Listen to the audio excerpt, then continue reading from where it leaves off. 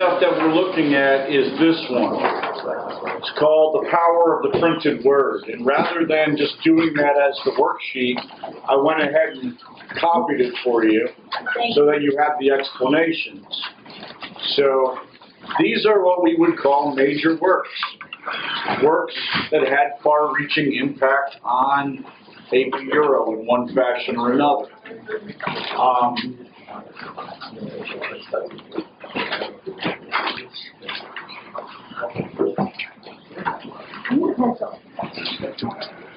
No, wait, no, this one's fine. Now I'm really tired. Probably will be short-tempered as well. So let's get moving. Yeah. Anyway, so they listed about 24 or 25 of what they would say there are the most important works in AP Euro. And we're going to add to those, obviously, if you can think of some as they come up. But I'm just going to quickly go down the list. The first one is Bacon. Remember that there's probably 5 key works out of that conglomerate of scientific revolutionary thinkers. All right, the first one, you can use Bacon and Descartes. Remember, Descartes is called Discourse on Method. I don't know if it's in the packet or not. It probably is. And if it's not, you can certainly, it's not. So you can put it right next to Bacon. Discourse on Method, that's 1637, and it's important because those are the 2 works that are giving you the inductive and the deductive method that the scientific revolution is based on. 1627, you said? 1637. Oh. Okay? So that was the first one. It says, publicize the new method of acquiring knowledge through inductive reasoning. The cogito ergo sum, or the I think therefore I am, or the Cartesian dualism comes from a word called discourse on method. Anybody that gets a scientific revolution essay question on the board exam, it's a gift. And you should treat it as such, and you should include the works. All right? Besides Bacon and Descartes, you've got Nicholas Copernicus on Revolution of Heavenly Spheres. That's number 3 on the list. That's the first. The one that kind of got the ball rolling in terms of the idea that the sun is the center of the universe and that the Ptolemaic Aristotelian system that had the earth fixed and motionless was false. The second 2 works then would be Galileo's. The first called The Starry Messenger. Remember, that's a work roughly around 1609 where he establishes that the telescope has showed a variety of different things that had never really been seen by human beings, like rings around Saturn, like Jupiter's moons, like the irregular surface of the moon, things like that. And then remember that all of the work that Galileo had produced, which is providing an inductive proof of Copernicus's theory, is known as Dialogue on Two Chief Systems. And I don't know if that one is listed. It is not. So you would probably add that one somewhere near Copernicus. And then I would assume that Newton is in number 18. So those are the key works out of that period. So you got Principia, that's Newton. You got Dialogue on Two Chief Systems, that's Galileo, the one that dragged him before the Inquisition. You've got the other Galileo one, the Starry Messenger, and you got Copernicus, and then you've got the 2 philosophers, Bacon and Descartes. Yes. When was Dialogue on Two Chief Systems published? 1632. Okay. Should we be looking at both of those, or the one with all the description? What? Like these 2 have it's the same. It's the same, yeah. It doesn't matter which one we're looking at, right? Well, I mean, the only one that you have, The Power of the Printed Word, that's this one, right? Okay. That shouldn't have a description. But this one. I gave you this handout because that has the description for all of those that are listed. Okay? But you'll have to add some as you see fit. Now, the second one that's on there is John Calvin. That's the Institutes of Christian Religion. That's the 1536 version, which is really just the work as far as Calvinism is concerned. That's where the elect, that's where the doctrine of predestination and Calvin's central theology, that's where that comes from. All right. As far as Luther is concerned, I don't know, 95 Theses is mentioned as number 10. But those are kind of go-to works. If you get a Protestant Reformation question, certainly you would want to include those two. You'd probably want to include St. Ignatius of Loyola's Spiritual Exercises, which was sort of the body of work that kind of, gave foundation for the Jesuits, who they were, what was important to them, what their role was going to be. And then there's obviously other Luther ones that you could add. One of them would be On Christian Liberty. I told you before that was important because of that phrase in On Christian Liberty, a Christian man is the most free lord of all and subject to none, which inspired the German peasants to revolt in 1524, 1525. There's other ones that you should know. Obviously, you've heard of Against the Thievius Murderous Hordes of Peasants. That was one where it establishes that Luther is going to support the German princes because Luther sees that the princes have the power to reform the church, which is what he wants. Okay? The Confession of Augsburg, which is not so much a written work as a statement, all right, but that's kind of is a foundation for Luther's theology.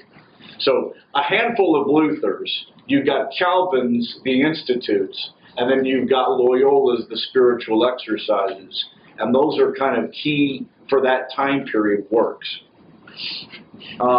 You move down to Darwin, I think that should be pretty self-explanatory of why that would be important. All right, remember that On Origin of Species is the one that really kind of, at least in the middle of the 19th century, is one of the foundational works. The other would be Marx's Communist Manifesto. The next one that's on there is Freud's The Interpretation of Dreams, which kind of provides the idea that, they're not necessarily like the default button on man is his inherent rationality, that it was a battle. Remember that there's other works, though, that are as important for Freud. The most important, I would say, is Civilization and Its Discontents, which was not written until 1929. But that's the part where they talk about how neuroses, foundationally, is where the superego is overwhelming the id, and that the ego itself does not have the capacity to regulate between that powerful force. The superego is like the priest or the family or the church or school or whatever it is that is always saying thou shalt not, so that the id is stifled at every turn, and that's what causes neuroses. Hitler's Mein Kampf, probably not, a happy-go-lucky story, for sure, but transformative, important for its time period, absolutely. All right. Hobbes, and remember that 7, 9, and then I would add somewhere in the margin Bishop Jacques Bossuet's Politics Drawn from Holy Scripture. Okay? Because if you get a political philosophy in the 17th century question, you would want to include those three works. Because one of them is talking about divine right, absolutism. Hobbes was talking about social contract, but still justifying absolutism.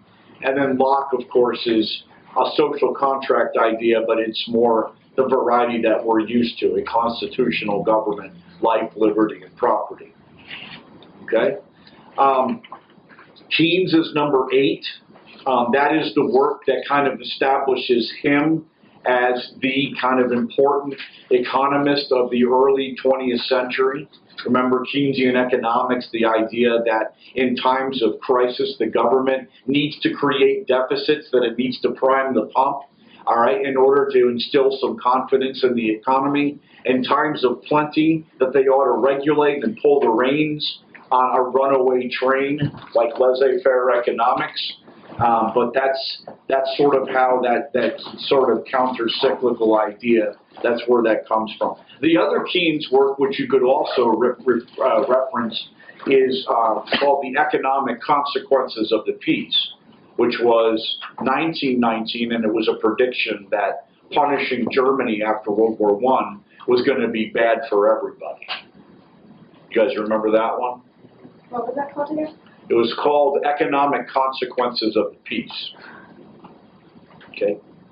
You look really smart if you can reference key works, okay, when you do an essay. It looks pretty cool.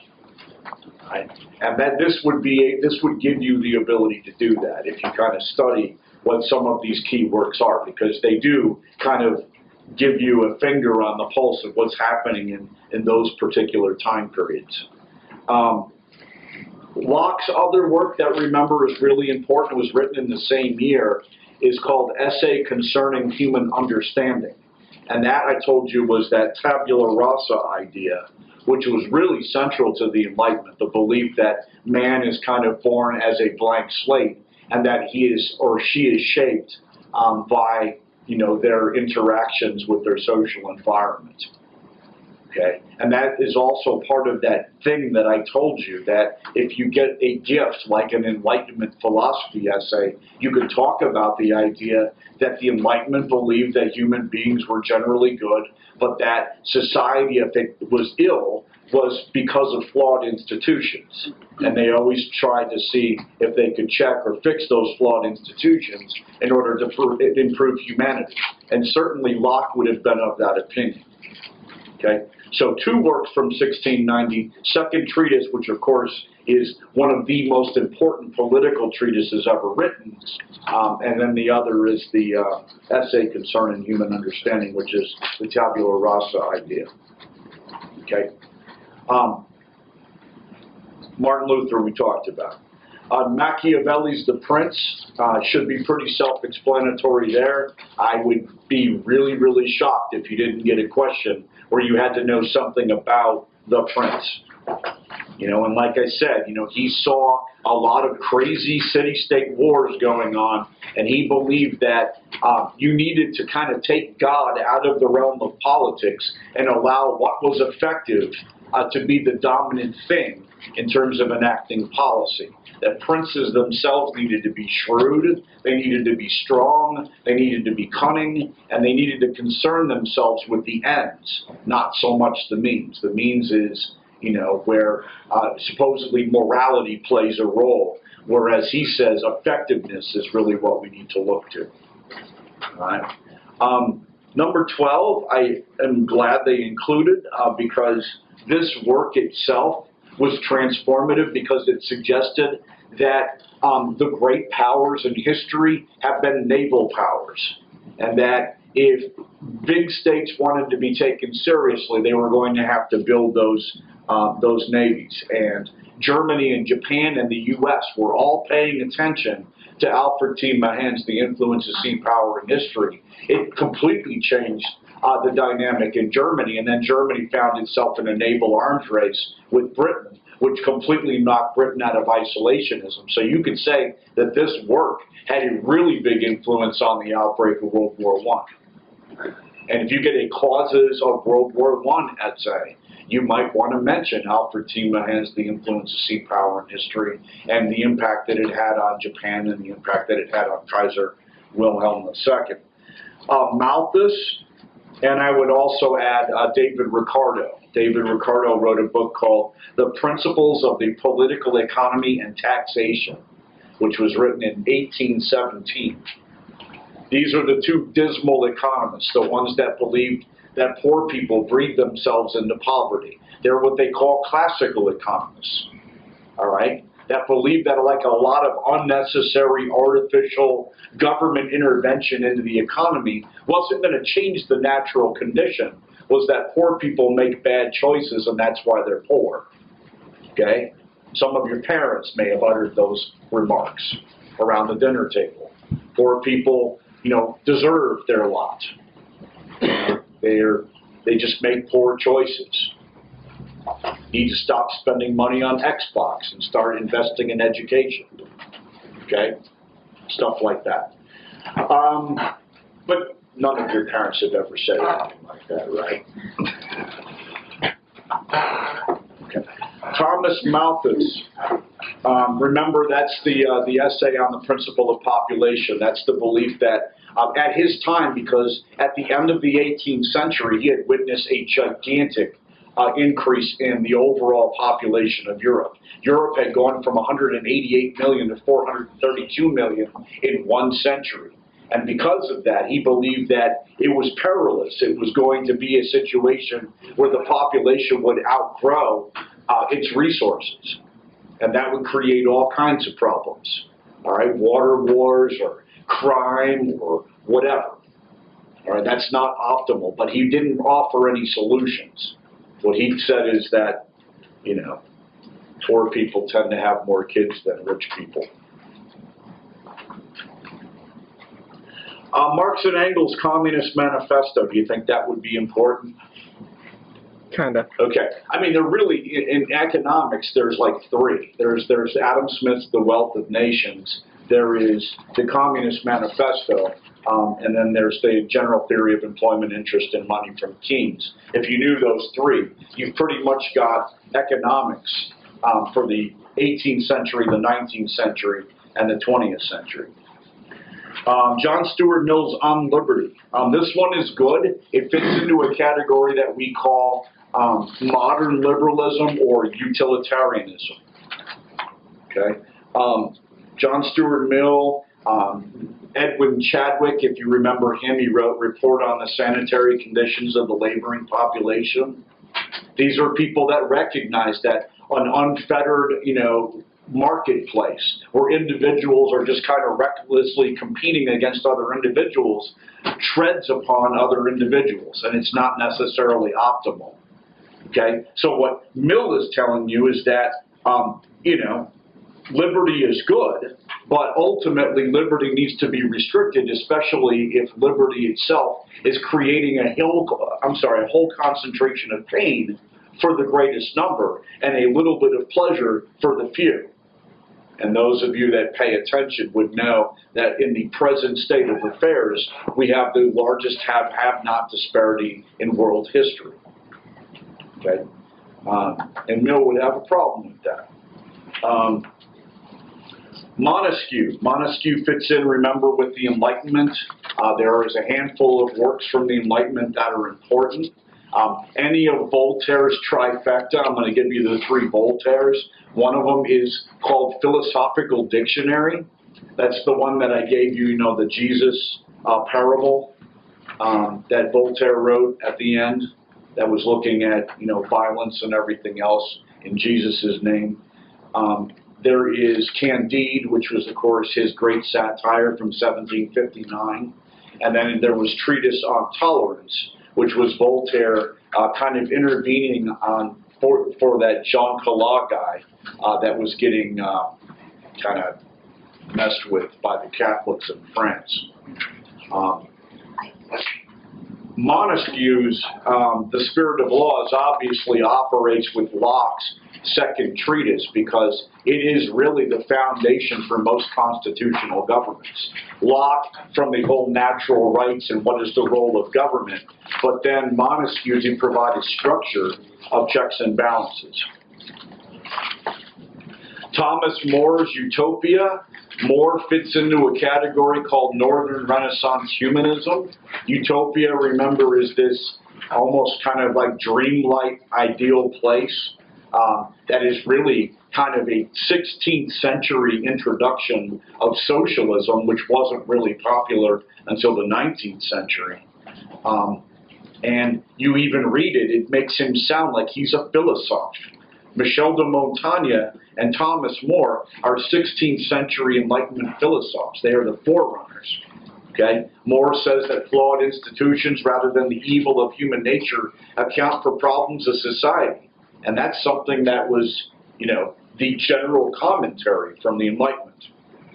All right, we talked about Newton. Remember, Newton is the synthesis of all the work that was done from Copernicus to Brahe to Kepler to Galileo. Thomas Paine's Common Sense, for its time period, was the inspiration for the American Revolution, just as Joseph Emmanuel Sieyes's What is the Third Estate was the inspiration for the tennis court oath or the formation of the National Assembly. And it's even mentioned in there. I don't know why they included Pope Paul IV's index of prohibited books. Of all the great stuff that was written, a book about banning books doesn't seem like that's all that cool. But it is kind of a centerpiece for the Catholic or the Counter-Reformation. J.J. Rousseau's Social Contract, remember, crazy important because it introduces the notion of the general will or popular sovereignty. Okay? And unlike Locke, remember, Locke is focusing on the relationship between the individual and the government. Okay? Rousseau is looking at the people as a whole. All right? Individual wills fused into a general will. The common interest is what holds sovereign power. And remember that Rousseau sometimes gets castigated because of the idea that if the people as a whole are a sovereign power, then you could run recklessly into a tyranny of the majority type of situation. The other work of Rousseau's that is also important, was also written in 1762, is Emile. You guys remember Emile? That, like Cesar Beccaриa's essays on crime and punishment, we're looking at flawed institutions and trying to fix those institutions. In Rousseau's case, he's looking at education as well as childhood development. For Beccaria, he's looking at criminal justice. Okay. Adam Smith, we mentioned. Herbert Spencer, remember social Darwinism? That becomes part of that thing in the late 19th century where Darwin is used and contorted and hyper-extrapolated into fitting into anti-Semitic theory, social Darwinistic theory, and racist theory. Okay, so man versus the state, that is social Darwinism. There's another one from Carl Pearson. I can't remember the name of it. It'll come to me. But Carl Pearson, if you hear that name, he's another social Darwinist, but he's speaking specifically to imperialism. Okay? Mary Wollstonecraft, pretty important. I would also include the two recent ones, the Second Sex from Simone de Beauvoir. I would also include Betty Friedan, because if you can put together a really good women's rights essay that might cover a larger period, you know, it starts with Wollstonecraft, but then it kind of matures. The other one that you might mention is Emmeline Pankhurst, who wrote that work, Why Are We Militant? Yes. Is Betty Friedan's the feminine? The feminine mystique, yeah. Okay? So, at this point, that's a pretty good list. I think we just added like a dozen more. Are there any others that you guys can think of that you would say were like really, really important or had a significant contribution to European history? Joseph Stalin stuff. Stalin didn't really write anything cool. I would say Lenin. I would say Lenin. I keep mixing. Remember, Lenin gave you what is to be done. He gave you 2 tactics for social democracy, and he gave you imperialism, the highest stage of capitalism. So those are 3 works of Lenin, where Lenin is making adaptations of Marx so that it fits conditions in Russia for the time of the Bolshevik Revolution. What was the second one again? 2 tactics for social democracy, or of social democracy.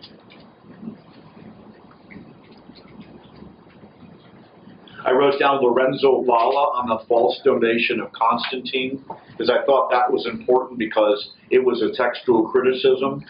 But it's important because it is challenging accepted truths that were proposed by the church. And once that starts, it's sort of like slippery slope. You guys got any other ones? Jake, you got any? 2 or 3 good works that I didn't mention? No, hit them all. I hit them all, every single one of them, right? Okay. Well, I would encourage you to think and maybe add a couple because, like I said, you are the boss. If you can put 2 or 3 really good works and explain what those works are in an essay, that makes your 5, 7, or an 8. Okay? AP graders get really excited when you guys know stuff, okay? And you're not just BSing your entire page and a half of essay or whatever it's going to be. Okay, so the rest of our tactic here is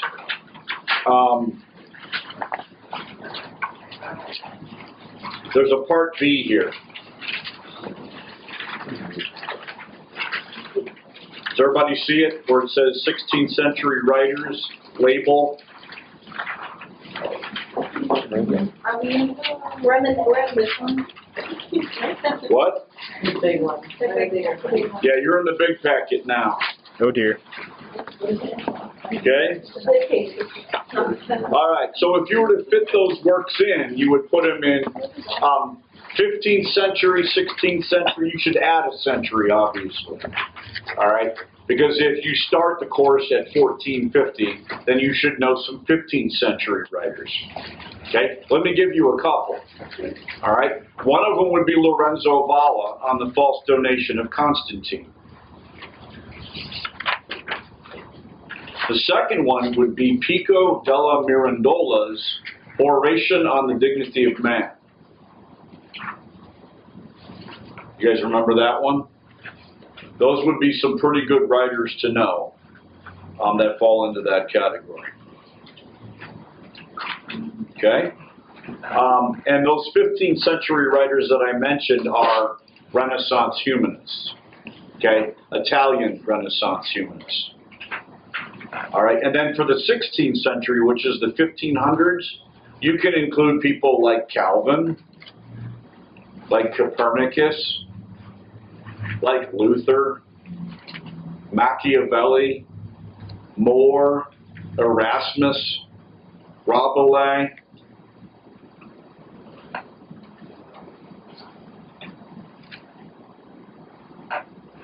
Okay, those are 1500s writers. I would also include Michel de Montaigne, even though he didn't have like a specific work, but the essays that he wrote were important. 17th century, Bacon, Galileo, Hobbes, Locke, Newton. Those are 17th century writers. Very important. Do we know the labels? What? The labels? Don't worry about the labels. Okay?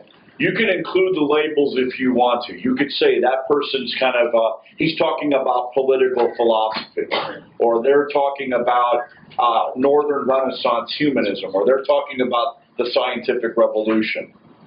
All right? 17th century, and I'll also throw in Descartes. 18th century, Voltaire, Montesquieu, Rousseau, Smith, Wollstonecraft, Paine, Malthus,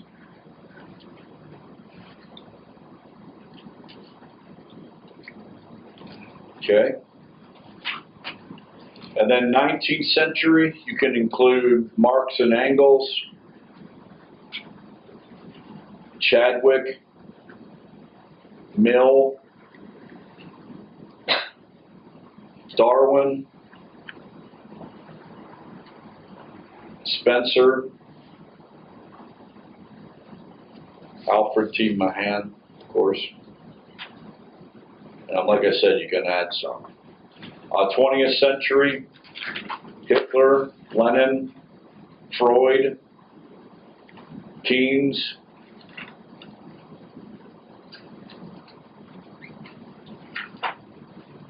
is that good? Okay. So then the next part is kind of fun. I mean, it can be fun. And this is useful to you guys because remember when we were doing the thing in class where I was asking you about Charles V? We were trying to figure out who his antagonist was. And some of you said, maybe Henry, we know Solomon the Magnificent, maybe Francis the First. Most of you would have missed that multiple choice question, right? You wouldn't have known Francis the First, but you would if you put them in these little categories. Okay? So let me give you some. All right? I also want you to draw an additional box for the 15th century. Okay? So we're looking at the most influential politician, the greatest intellectual, the most important person in the arts, and the most important person or group in economics for each century. Okay? And then at the end, we're going to look at the bad guy of the century and then the good guy of the century, and that's always up for debate.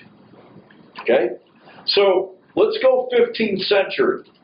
That's the 1400s, guys.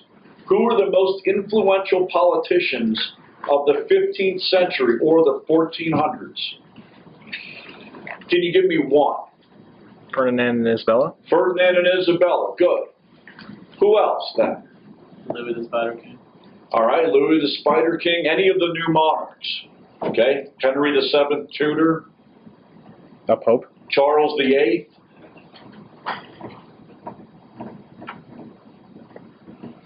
Cesare Borgia. The Medicis. Although they could probably fit in economics as well, and arts. All right, who's the greatest intellectual of the 16th century, or the 15th century, rather? Greatest intellectual. Valla. Or Bala. All right, Valla, Mirandola, Da Vinci.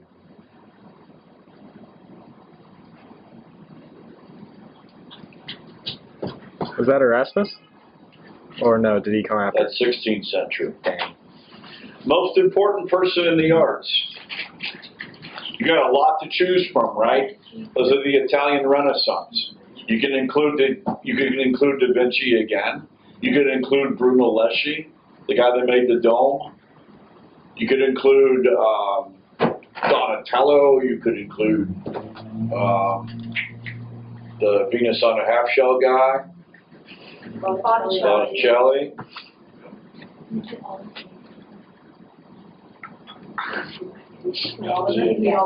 Okay. Okay. Most influential person or group in economics, 15th century. Medici. Medici, sure.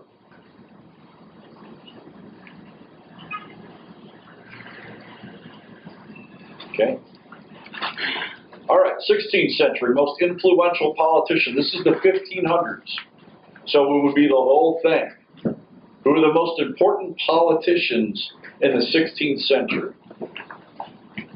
Charles V. Charles V.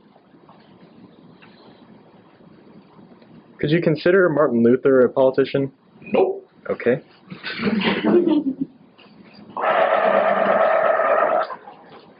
Elizabeth. Elizabeth, good. Who was her adversary? Philip II. Henry VIII.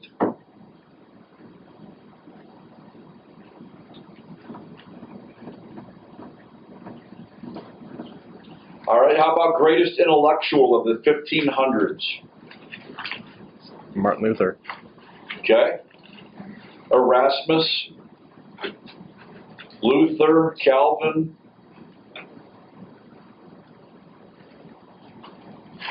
More.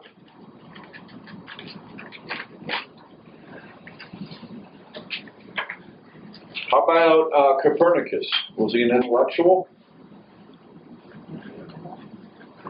Yeah, he was. Most important person in the arts. This is the 1500s. Peter Bruegel. Michelangelo. Peter Bruegel. Maybe. How about Cervantes? How about Shakespeare?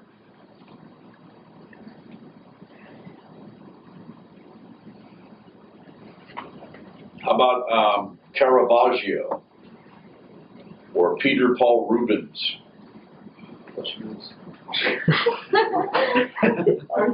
Good. Most influential person or group in economics? They wrote down the Thuggers. Remember? The ones that bankrolled the papacy, tried to bankroll St. Peter's Basilica. I'd also write Roman Catholic Church. Also very influential in economics, particularly with that sale of indulgences thing. Good cash crowd.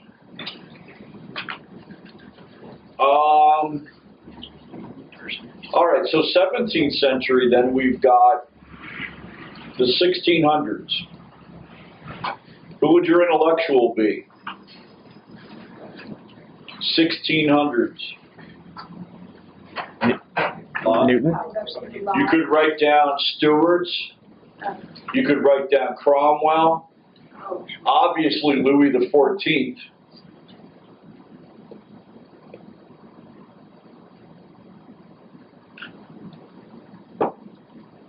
Okay. Anybody else? Galileo? Newton? As a politician? Oh, You you said intellectual. Not yet. Yeah, I got, yeah. Oh, I was supposed to say politician, 17th century. Okay, then let's go to intellectual, 17th century, 1600s. Hobbes? Locke? No. That's off 100 years. Newton? Galileo? Those are some good choices.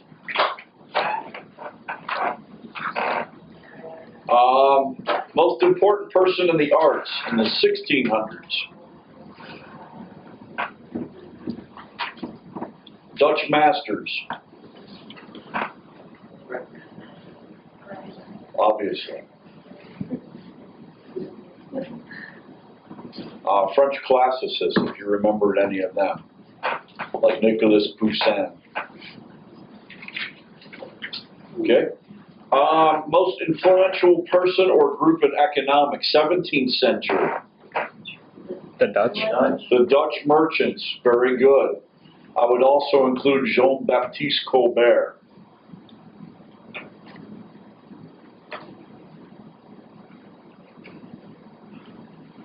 All right, 1700s. Politicians.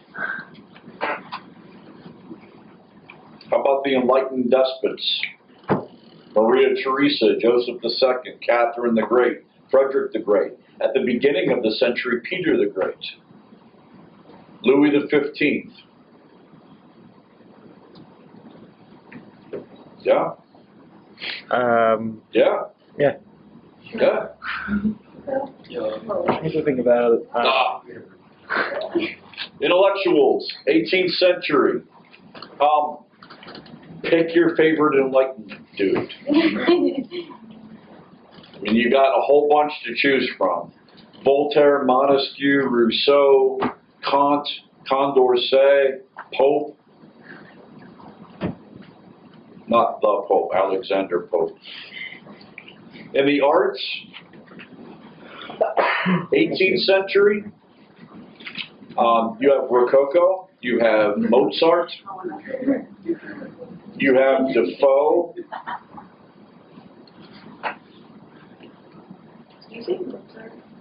Mozart. Wolfgang Amadeus. Rock.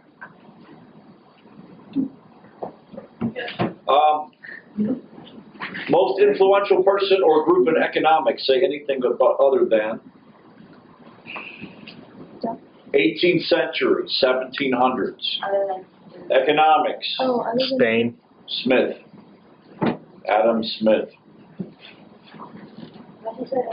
Everything other than Spain. No Spain. Spain's bad. Smith. Wealth of Nations. Dominant economic person. All right, 19th century. Napoleon.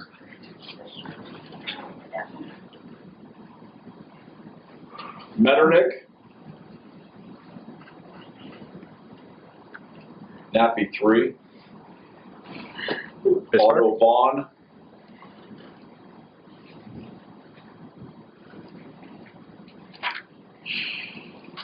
Disraeli and Gladstone.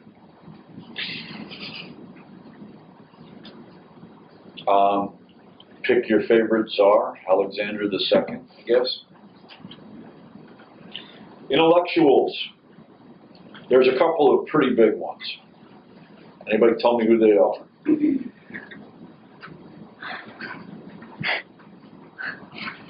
No? Marx. 19th century. Marx. Marx and Darwin. All right.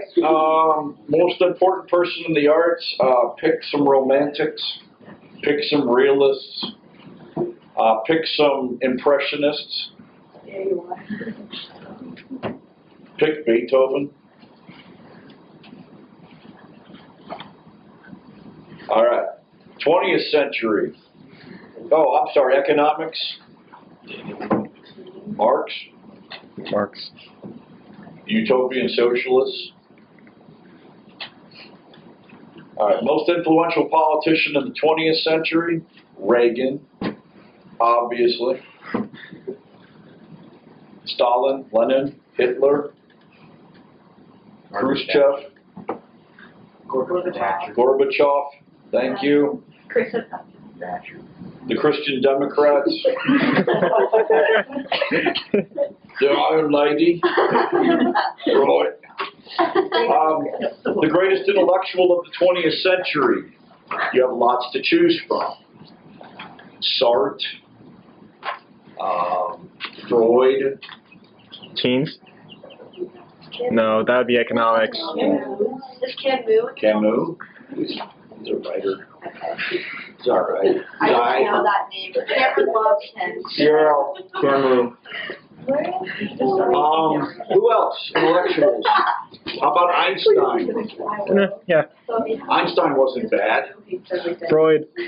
Heisenberg, Freud, Werner Heisenberg, the principle of uncertainty. Okay. Most important person in the arts. They said Picasso. I'm sure there are others. Dali. Literary figures, Joyce, Faulkner, Wolfe. Thank you.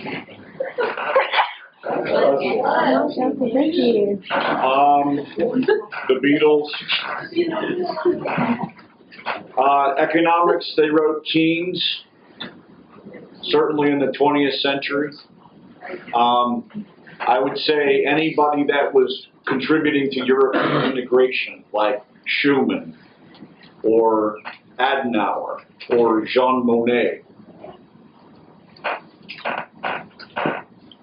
Does that help? Yes. Okay. So, if you can put those people in those places, then it clues you in. All right? Those are really, really good strategies. A lot of what we do is giving you some markers so that you know what big things are happening in 50-year periods or 100-year periods. Okay, let's go to bad guy of the century. 15th century.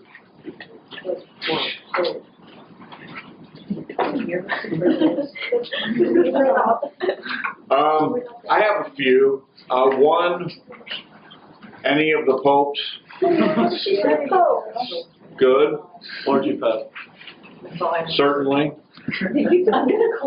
Caesar Borgia, Savonarola, Charles VIII. Yeah. Good guy of the century. The new mom. The guy that did the Inquisition. Torquemada. It was a good guy. Well, I didn't expect that. How about Prince Henry the Navigator? He was a good guy.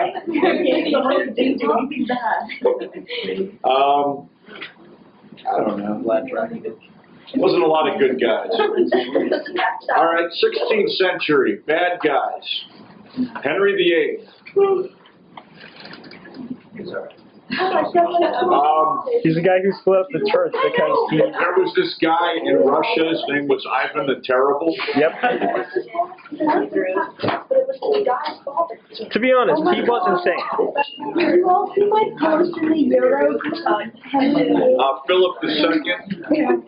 Are these still bad? Those are still bad guys, yes. Cortez, Pizarro. What did Pizarro do? Destroyed the Inca Empire.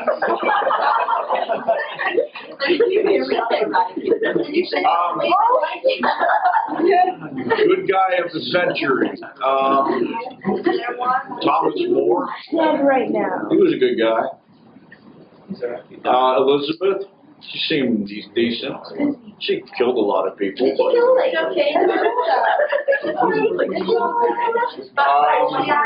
Catherine of Aragon. She seemed sweet. Yeah, Catherine. All she wanted to do was stay married. Yeah, but she had a daughter. If she had a daughter, we're gonna mess things up. All right, 17th century. Bad guy of the century. If you ask the Irish, they will say Cromwell.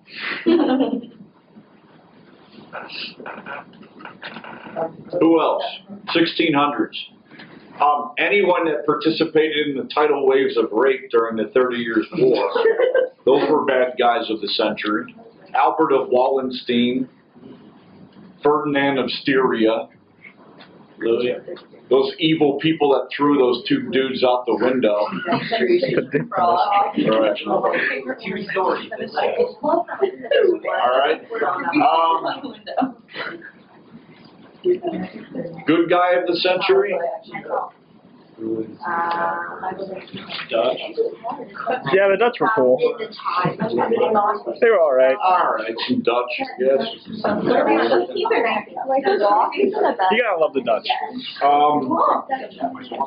Locke seemed nice. Alright, 18th century. This is the 1700s. Bad guy of the century. George the Third. Alright, King George.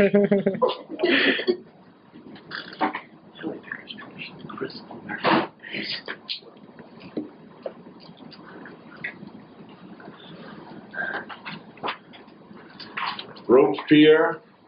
Yeah, he was pretty bad. Pretty bad. Just a little. How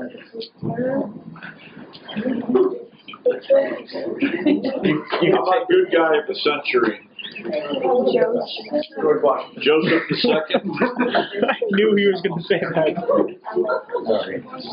All right. Frederick the Great. All right. Bad guy of the century, 19th century. There was a lot. Nappy. Yeah, okay. Napoleon. He's the bad guy and the good guy. He can be both. Good guy is obviously Bismarck. Best guy. 19th century bad guys.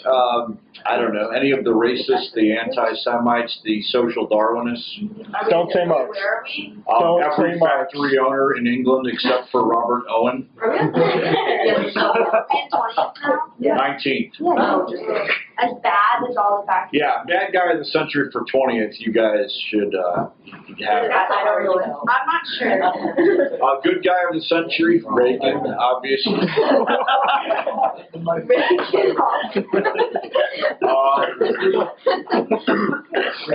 Neville Chamberlain.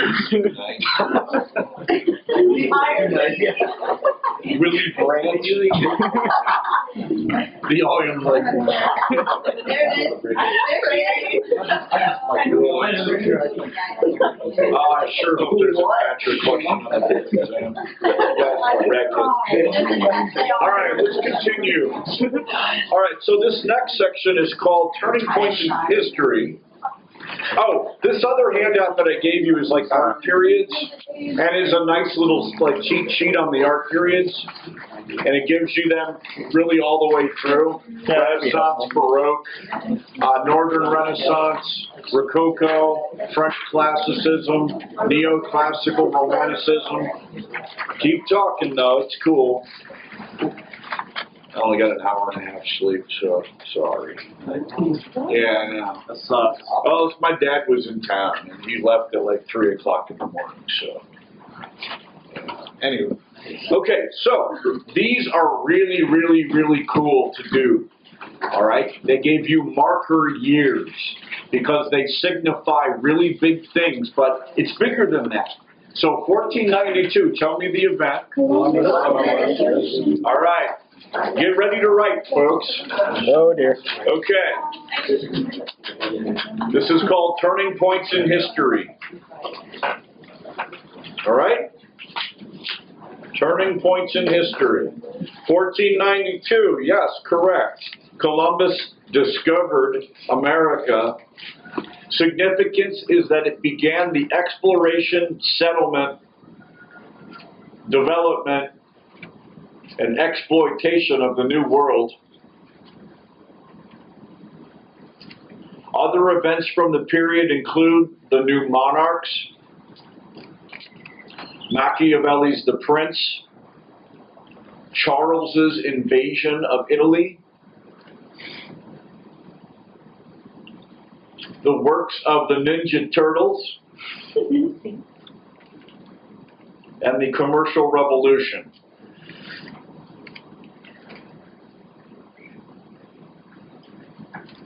Got it?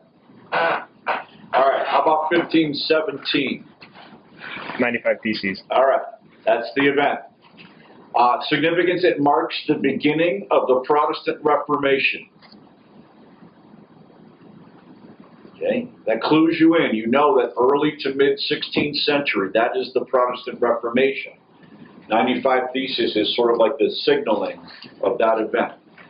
Other events from 1517 include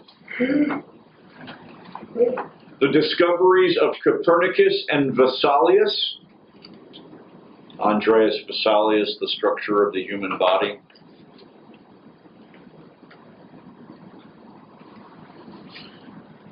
Cortez, Pizarro, and Magellan.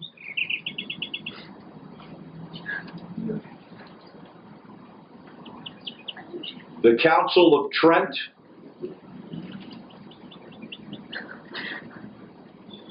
Henry's marriage problems.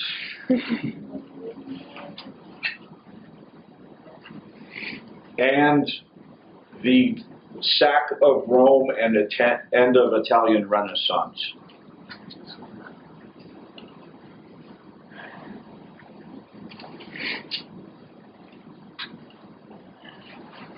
Okay. 1588. Okay. England's defeat of the Spanish Armada. Significance led to the rise of Britain and the decline of Spain.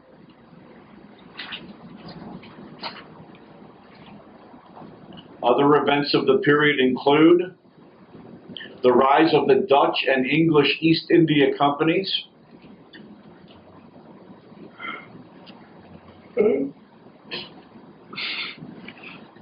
the time of troubles in Russia,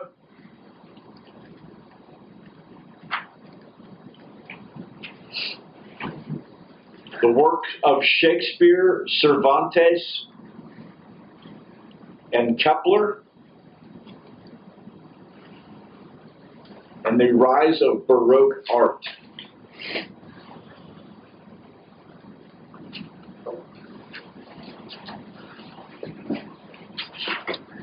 (1648). The end of the 30 Years' War. What's it called? Westphalia. Yes. Remember, there were 3 treaties early on that you should know. Augsburg, Westphalia, and Utrecht. That's right. All right, Treaty of Westphalia ended the 30 Years' War. Is that the significance? Is that what we said on? Yes, significance, it ended the 30 Years' War. And all of the stuff that Westphalia signals the end of the era of religion.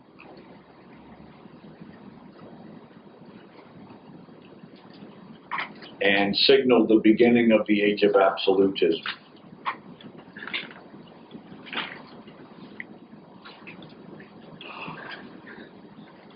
Okay. Other events of the period include the Golden Age of the Netherlands,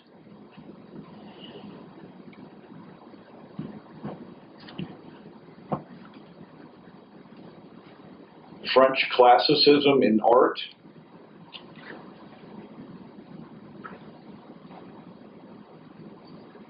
the works of Galileo,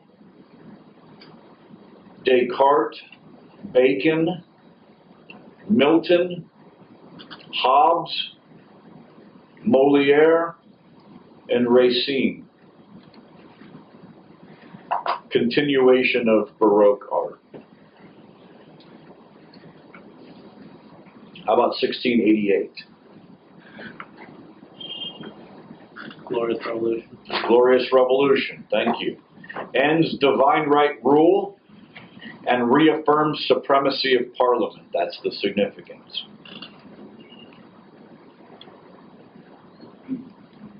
Other events of the period include height of Louis XIV's power, agricultural revolution and enclosure movement in Britain, westernization of Russia under Peter,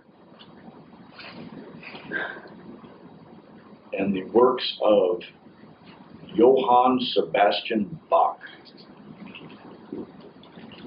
Bach.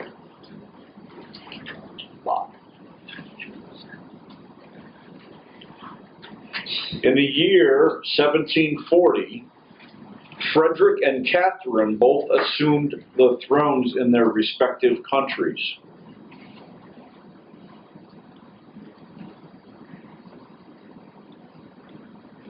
And the significance is the balance of power in the German states shifts from Austria to Prussia.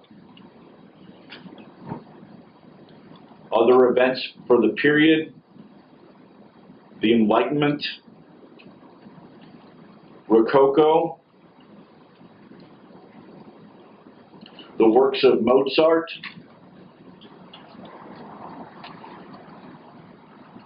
the cottage industry and early industrialization.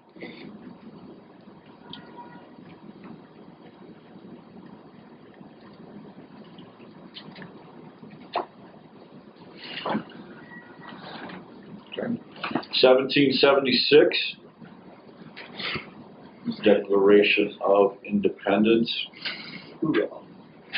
Significance: first time a people declared their intention to establish a government based on equality for white landowning males. Other events of the period include Adam Smith's Wealth of Nations, the beginnings of German Romanticism, the works of Beethoven, Goethe, and Schiller,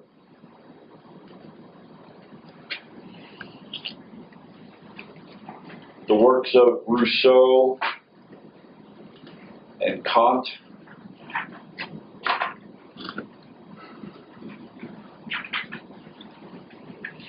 (1789). What big thing happened in 1789? French Revolution. Revolution. Good. All right. Significance: as a result of the French Revolution, the new order set in motion a continuing struggle between proponents and opponents of liberty, equality, and fraternity. That's what the isms really were, the proponents and opponents of liberty, equality, and fraternity. Other events from the period include neoclassicism, Romanticism, Napoleon,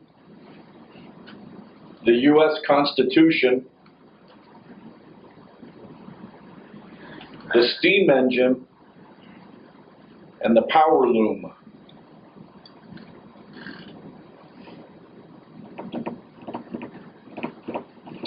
Okay, how about 1815? Vienna. Significance: the attempt by the Congress of Vienna, or COV, to reestablish the reactionary old order was doomed to failure.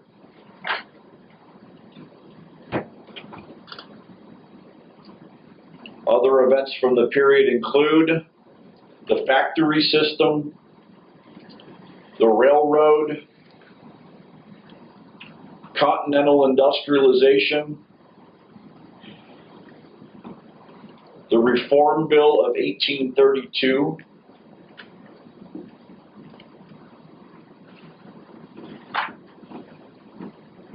and Romanticism continues.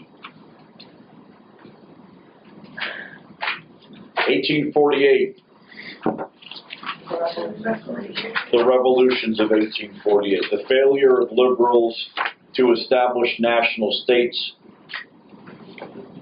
led to a conservative backlash.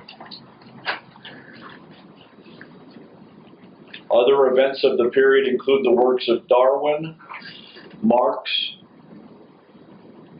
and realism in art.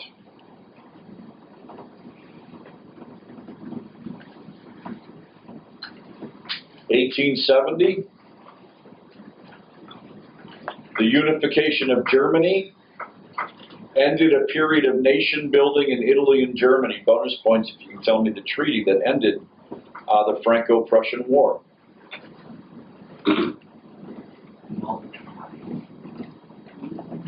Oh, Yeah. No, that wasn't it. No, it wasn't The the name of Oh, no. that was the name of a ruling family during the French religious civil wars of the 1500s. He told us to. No, I didn't. Cateau-Cambrésis ended the Habsburg-Gaulois Wars in 1559.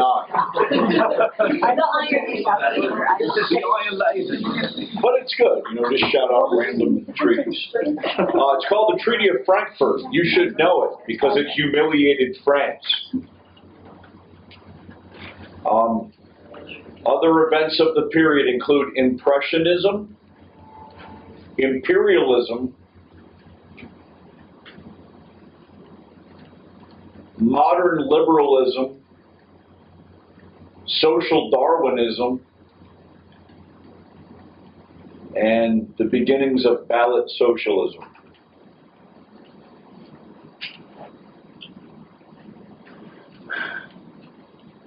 Okay.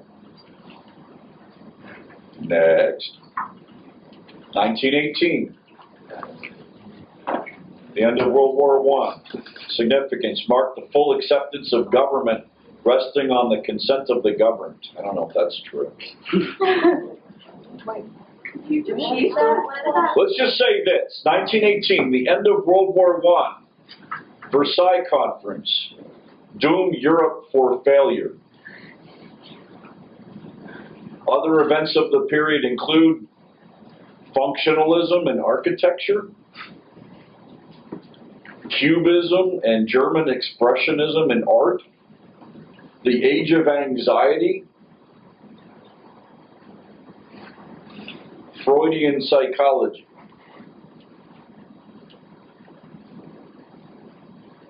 and that little thing called the Russian Revolution.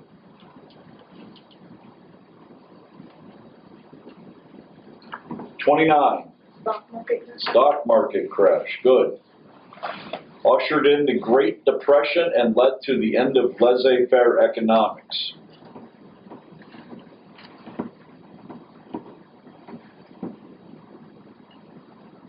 Other events of the period include the rise of Stalin and Hitler,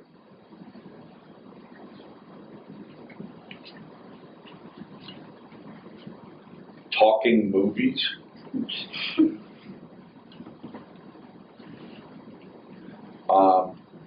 not existentialism yet, but the beginnings of surrealism,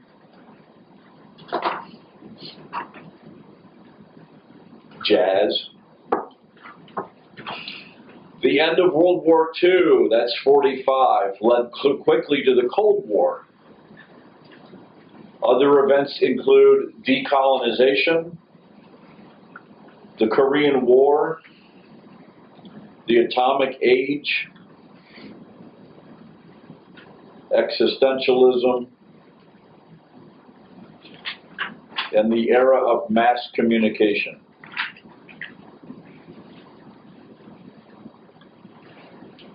Okay, in 89, You're done. yeah, the year that brought the end of the Berlin Wall and the dismantling of the totalitarian communist world. Other events of the period include the formation of the EU, German reunification,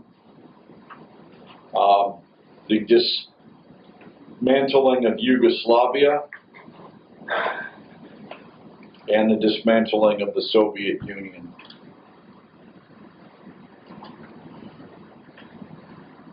Okay, so that's turning points. Do you think these will be helpful? Yeah. Yes, Let's of do the course. next one now. And then we'll take a break. How about that?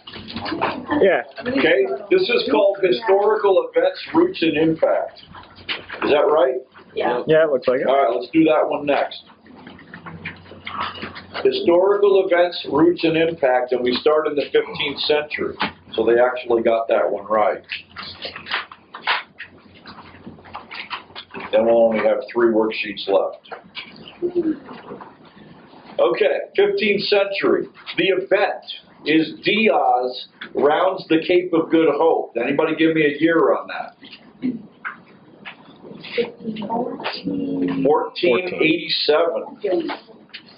Good. All right, roots. There's 3. There's 3 lines. The first line is Prince Henry School of Navigation, better known as Sagres, S-A-G-R-E-S. You get an Age of Exploration question, and you can write Henry School of Navigation called Sagres. You're the boss. You get extra points.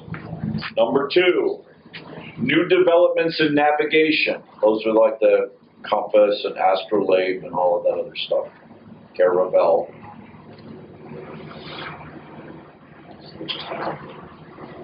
And then number 3 is competition for the Italian trade. Remember, the Genoese and the Venetians had Mediterranean monopoly, and if they didn't, then the Ottomans did. What was the last one? Competition. Competition for the Italian trade. Consequences. Number 1, opening of the Atlantic. Wider knowledge of geography. And the age of colonialism and the global economy. Okay, so that's a big event. That's an age of exploration event. Puts you right there in dead center. Okay? Has causes, has effects. That's very cool. That's writing an essay kind of cool. All right. Gutenberg prints first Bible, 1456-ish. Okay, here are the roots. 1, the revival of education. That was the humanism's contribution. 2, the pressure for correct texts. And 3, the slow process of block printing. Must have really sucked. Consequences. A knowledge explosion. The Reformation.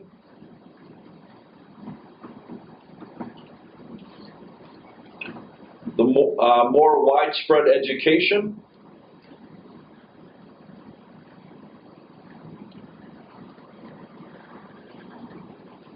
The development of a learned class. Smarty pantses. Okay, so those are two events from the 15th century or the 1400s, and I hope you wrote 1400s in parentheses. The next one is the 16th century, better known as the 1500s. I know that sounds asinine, but I promise you, some of you will make that mistake. Okay? Better to be safe than to be sorry. Tetzel sold indulgences, circa 1517. Remember Johann Tetzel? As soon as the coin in the coffer rings, the key from purgatory springs? Okay. Remember when he used to tell people that their dead relatives were up hanging out in purgatory, and it would only take a little bit of money to spring them? Good God, Tetzel. All right, roots. Corruption of medieval religion. The need for salvation. Obviously, people wanted it. And church doctrine on indulgences. An abuse waiting to happen. What is an indulgence? It's the church indulging itself in money. No, it's a remission from the penalties of sin. They used to say, do a Hail Mary, couple of Our Fathers, donate to the church. And then the church started indulging And then they itself. said, the heck with it, get out your checkbooks. We can solve. The church. Okay, All that right. was close. Consequences. Number 1, 95 Theses. Protestant churches. And the end of religious uniformity in Western Europe. All because of that little Tetzel. What was the last one? The end of religious uniformity in Western Europe. Okay? Next one, Copernicus investigated Ptolemaic astronomy, circa 1540s. Okay, roots. Ptolemaic concept of the universe, called Ptolemaic Aristotelian geocentrism. The Christian sense of creation is another root, meaning the Bible says it so. And new investigation of humanism. That's why they think Copernicus probably got turned on to some classics that might have been saying the same thing. Impact. Heliocentric theory. The scientific revolution. And a new concept of man and the universe.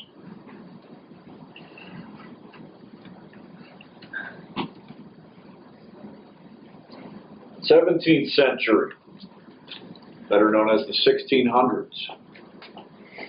James II converts to Catholicism, ruh-roh, circa 1688. Okay, roots. Number 1, his father's high Anglican tendencies.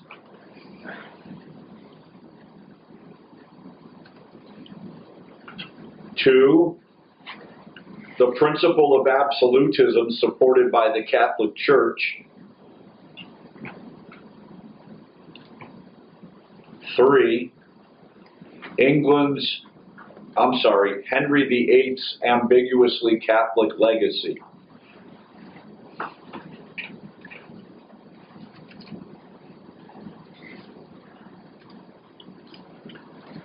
Consequences. There's 5. 1, the Glorious Revolution. 2, parliamentary democracy. 3, the supremacy of Parliament. 4, the concept of limited government. And 5, modern political theory. like Lockean political theory. Okay, this one's interesting. Syndics of the Cloth Guild hired Rembrandt to paint their group portrait. I would say middle of the 1600s.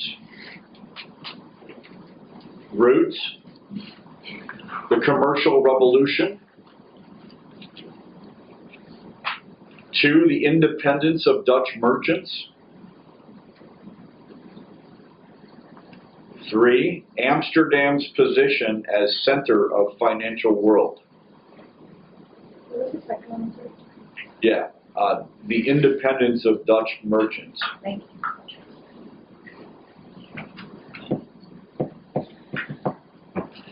Consequences, Dutch financial supremacy. Bless you. Second, wars with Britain and France, commercial wars. The rise of the bourgeoisie in European society. That's the middle class. And 4, the art of the middle class, whatever that means. If you see a painting that's got light, dark contrast, what is it? It's Baroque.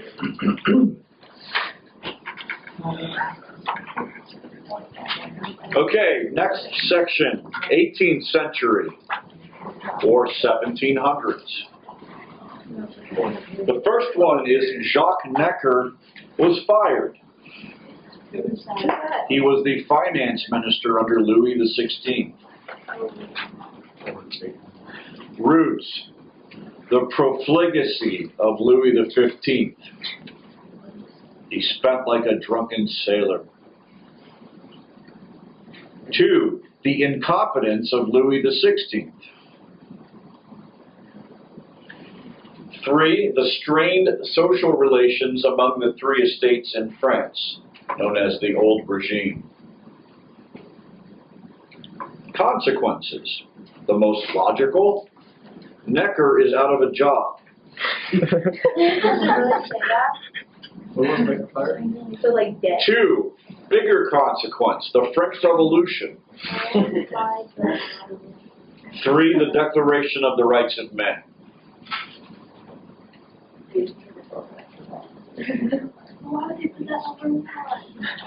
Second one, James Watt invents the steam engine, 1769. Okay, roots, number 1, experimental science. Experimental science. 2, the atmosphere for creativity in Britain. Remember, there is an entrepreneurial spirit in Britain. 3, practical needs. Remember that all of the stuff for textiles and energy and transportation was about problem solving. Consequences, the transportation revolution. B, really the Industrial Revolution, but a new source for power. And 3, the narrowing of the world.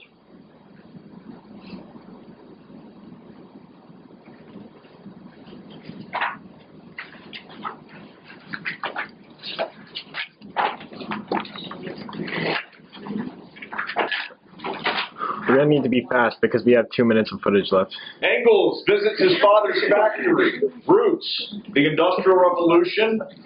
2, social injustice. 3, factory acts and humanitarianism. Consequences, and remember this is around 1840s. Consequences, he met Marx. B, the rise of active socialism. The long-term consequence, the Russian Revolution. All from Engels visiting his dad's factory. Next, Bismarck witnessed the humiliation of the king. It's called the humiliation of Olmütz. Roots, Revolution of 1848. 2, the rise of Prussia and the Junkers. 3, German disunity. Consequences, German unification. Centralization of power in the executive branch. 3, World War I. Hitler dreamed of unity of Europe. 1920s. Roots. Outcome of the Treaty of Versailles for Germany. 2, failure of beer hall putsch.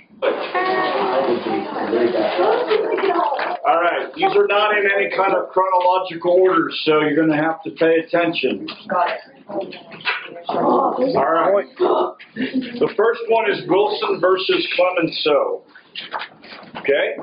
The characters. Wilson is the president of the U.S. Clemenceau is the premier of France. The time is the Versailles Conference. The conflict is terms of peace, specifically whether a lenient or harsh settlement would provide a better foundation for lasting peace. Okay? You guys don't necessarily have to write all this if you know it, okay? Clearly, Wilson clashing with Clemenceau is about what the Versailles Conference is supposed to look like.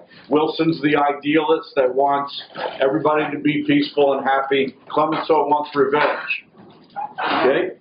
The issues included treatment of Germany, reparations, world peace, and French security.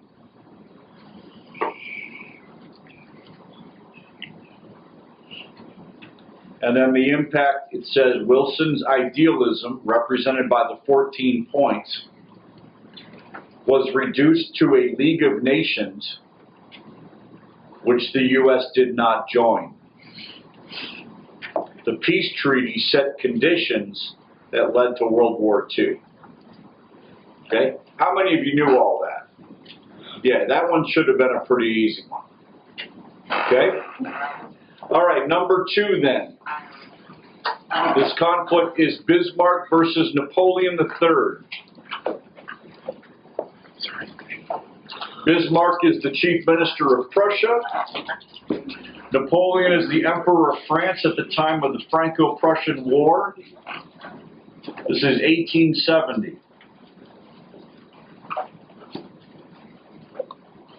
You guys, we have 1 hour and 15 minutes. Okay? Don't go through the motions of this review. Okay? Try to get everything down that you possibly can. Go hard.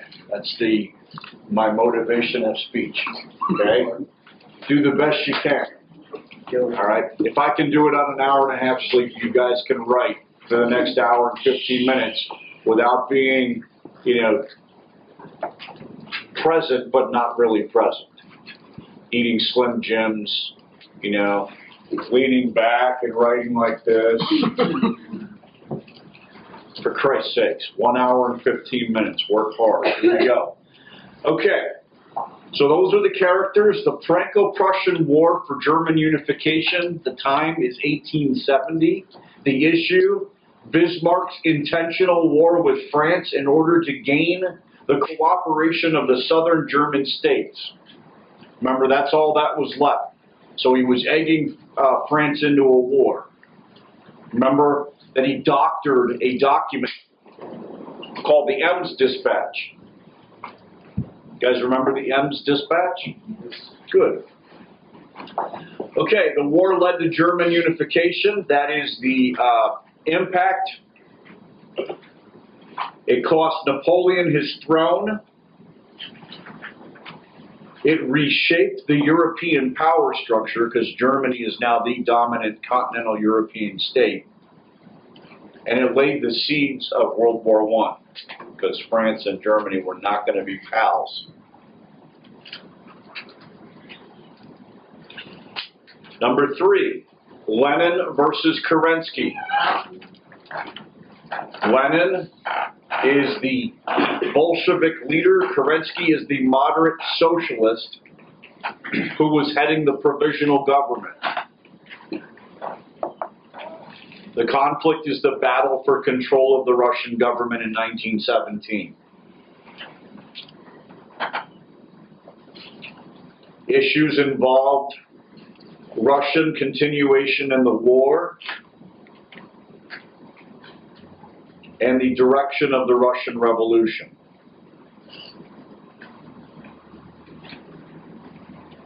Okay, impact. Kerensky's attempt to carry on the war and quell revolution failed. As a result, Lenin used the revolution to propel the Bolsheviks to power. Lenin used the revolution to propel the Bolsheviks to power with promises of Peace, land, bread. peace, land, bread. Good. All right, next conflict, Galileo versus Pope Urban VII. The Italian inventor Galileo used his telescope to prove the Copernican theory of the universe.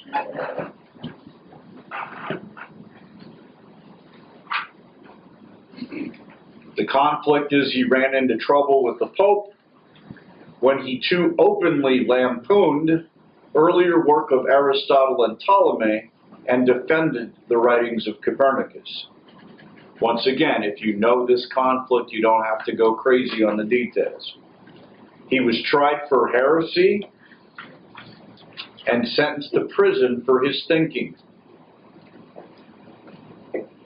The issue is science versus church doctrine. Impact. Galileo later recanted his views, but then said, but it does move.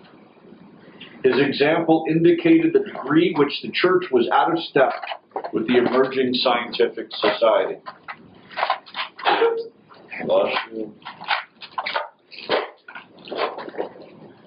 Next one.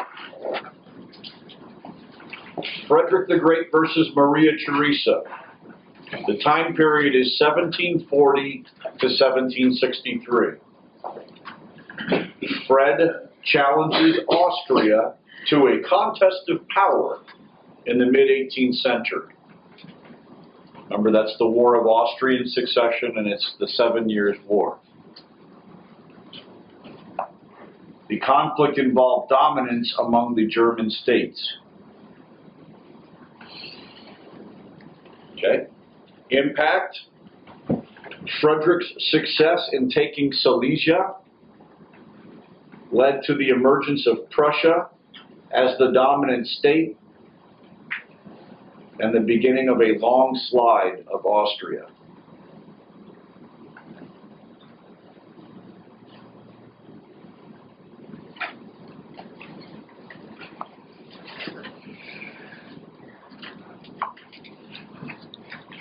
Next, Luther versus Charles. What's the conflict? Protestantism versus Catholicism. What's the meeting called? Diet of Worms? Diet of Worms. Good. All right. So we have Charles, the Emperor of the Holy Roman Empire. We have Luther, the disenchanted Catholic monk. The issue was religious controversy, which evolved into a war called the Schmalkaldic Wars. The result was victory for Lutheranism and the end of religious unity in the German states, called the Peace of Augsburg, 1555. So you got some events: Diet of Worms, or Worms, Peace of Augsburg, Schmalkaldic League. Luther says, "Here I stand." Next, Cromwell versus Charles. The conflict between Cromwell, the leader of the Roundheads, and Charles, Stuart ruler from 1625 to 49, leading the Cavaliers. The conflict is called the English Civil War. The issues were: 1, religion; 2, the nature of the Anglican Church. Kyle, can you kick that door closed? The mosquitoes are coming in. Mosquito season, isn't it? No bueno. Okay. As a result of the English Civil War, Charles lost his head. Cromwell established a Puritan dictatorship, which persecuted members of the Anglican Church and a whole lot of Irish.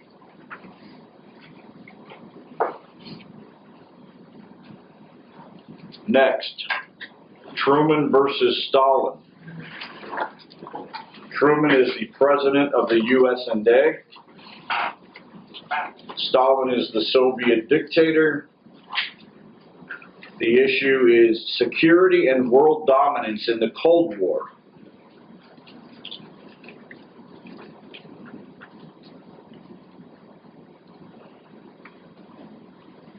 All right. The conflict centered in Eurasia as both superpowers struggled for military supremacy, global mastery, and support for their political and economic ideologies. The Cold War led to an emphasis on military buildups, defense alliances like NATO versus Warsaw, propaganda, the fear of nuclear holocaust,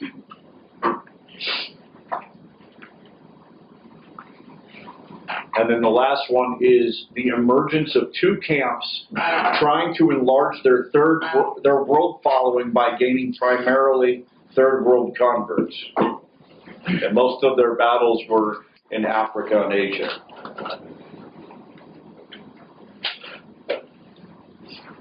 And to some degree Latin America. Okay, next one, Philip II versus Elizabeth.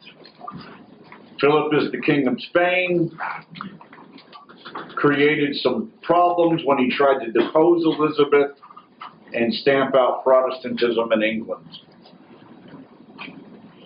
Okay. Obviously, the conclusion to that story was that the Armada was sighted off the coast of England and destroyed by the English Navy in 1588. Impacts: misuse of New World wealth. That's what, remember, the Spanish economic decline. The solidification of Elizabeth's position on the throne, and the beginning of Spanish decline in power.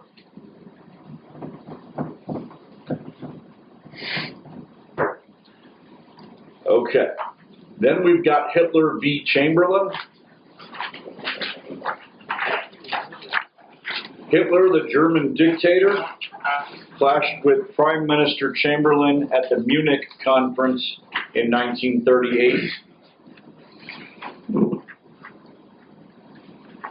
Chamberlain's attempt to understand Hitler's aim for a greater Germany led to his agreement on appeasement, or you can just write Chamberlain appease.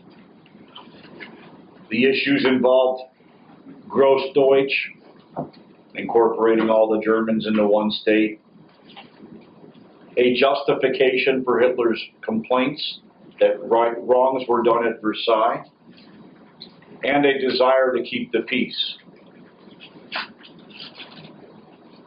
Impact: Hitler not appeasable, World War II.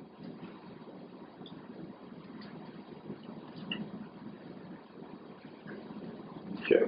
Then we've got Metternich v. Mazzini. Metternich of Austria clashes with Mazzini, founder of Young Italy. Remember, Metternich is the conservative, Mazzini is the liberal nationalist.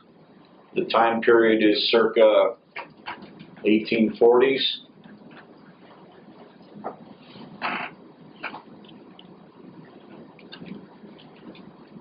The conflict leads to the Revolution of 1848.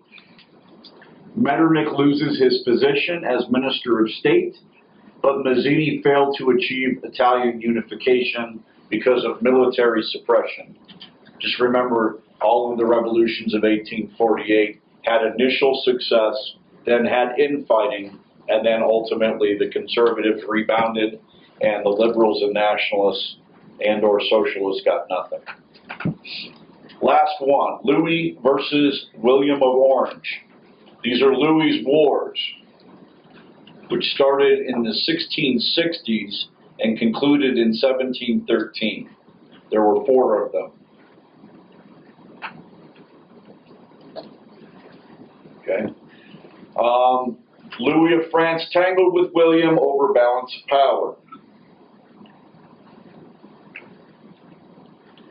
Louis tried to become a universal monarch, while William tried to preserve the Grand Alliance on the balance of power. Remember, William of Orange, in this case, becomes King William of England. Okay? The War of Spanish Succession led to an attempt to restore the balance of power. And then remember, the impact is Utrecht. Okay? Utrecht means Louis did not achieve universal monarchy.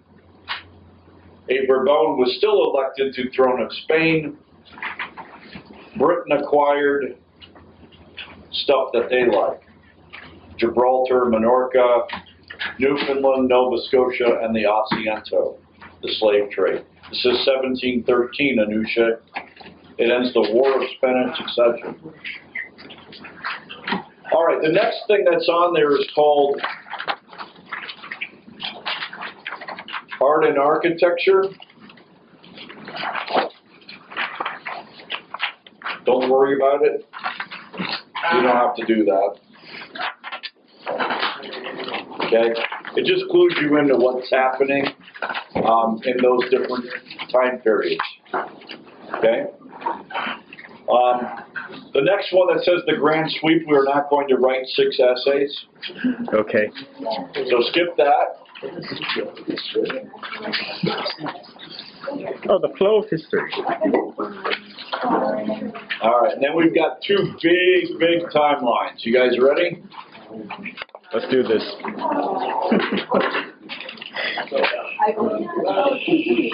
All right, so here's how this works. You got a timeline, and it's set up with numbers that say 1450, 1650, 1789, all the way up to the present. Some of these, depending on what era we're talking about, remember, all the questions fall into a category: political, economic, social, cultural, intellectual, religious, diplomatic. Okay? And so we're going to look at each of those periods, and then we're going to look at things that are happening during those periods. Okay? These are more general, whereas the last worksheet we do is more specific. Okay? So if I say 1450 to 1650, draw a line. Okay? And then under that, write whatever I tell you to write. Can everybody do that? All right, politically. All right? In the around 1450, there's 2 things. Feudal monarchy declines, rise of national monarchies. Okay, that's the new monarchs.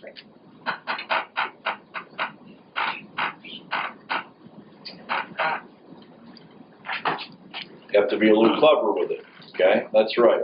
Little arrows and things like that. 1650, the modern sovereign state, what they call the Westphalian state system. Okay? All right, then draw a line from 1650 to 1789. 1, age of absolutism. Limited monarchy spread. Divine right began to be questioned.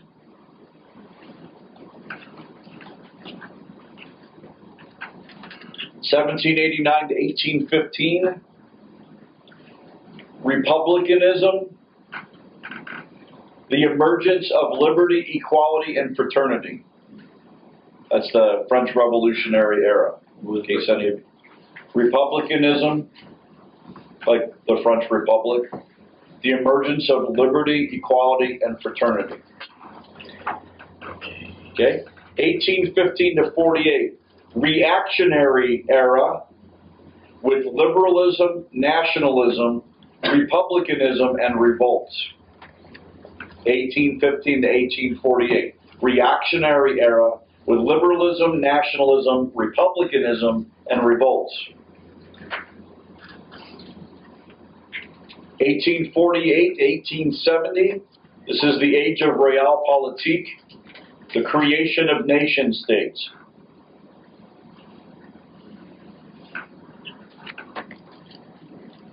Okay, 1870 to 1914, alliances for security,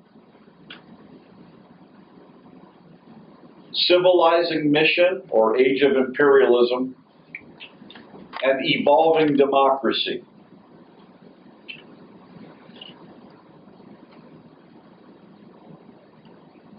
Okay, 1914 to 18, World War I and Russian Revolution.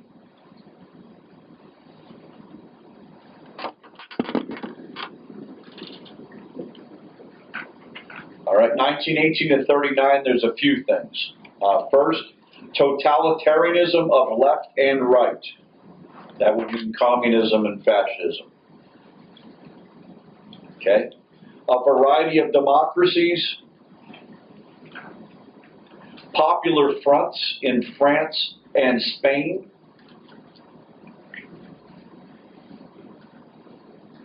Outlawed war, remember Briand and Locarno. And appeasement.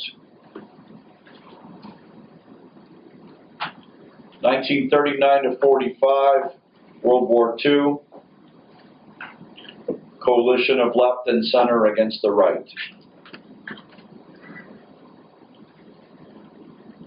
45 to 64, Cold War, left versus center, NATO versus Warsaw Pact. Hotspots include Korea, Middle East, Africa, Vietnam, Latin America. But there's more. End of empires and atomic era. And then 64 to present, détente, end of Cold War, end of Russian Empire.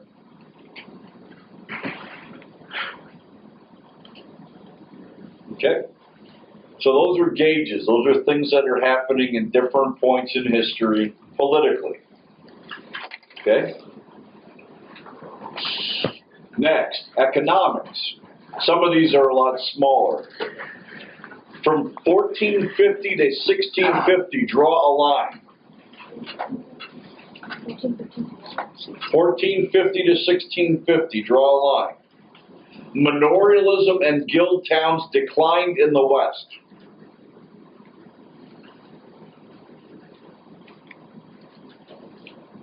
Okay.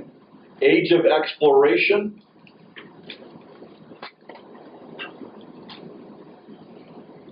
Rise of entrepreneurs and commercial revolution. So 4 things. Manorialism and guild towns declined. Age of exploration. Rise of entrepreneurs. Commercial revolution. Okay. 1650 to 1789. The policies of national mercantilism. Global economy,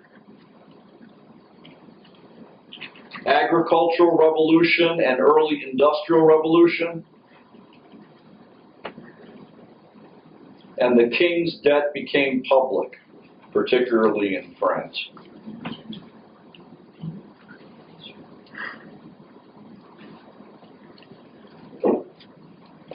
Okay? 1815 to 48 to 70. Draw a line. Industrial Revolution, laissez-faire capitalism, and Marxian attacks.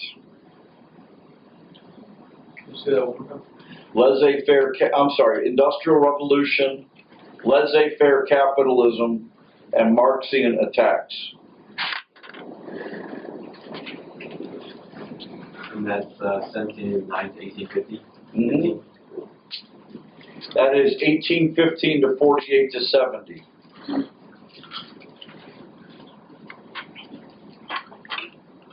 (1870 to 1914), Second Industrial Revolution.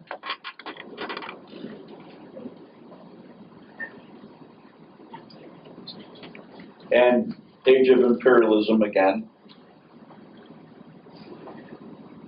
1914 to 18, governments bankrupted in World War I.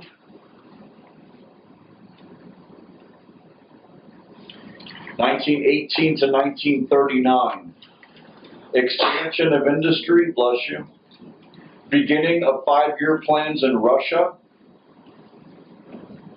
crash of 1929, development of welfare states, and development of totalitarian economies.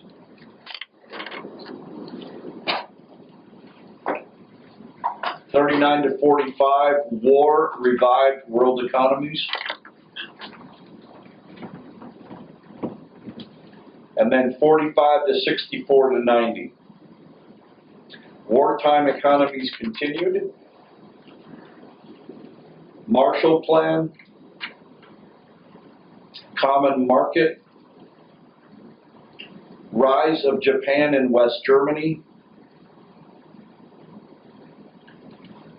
Soviet planned economy collapsed, and globalization. Okay. The next one is social. Okay, remember that's like Joe Schmo history. All right. Social.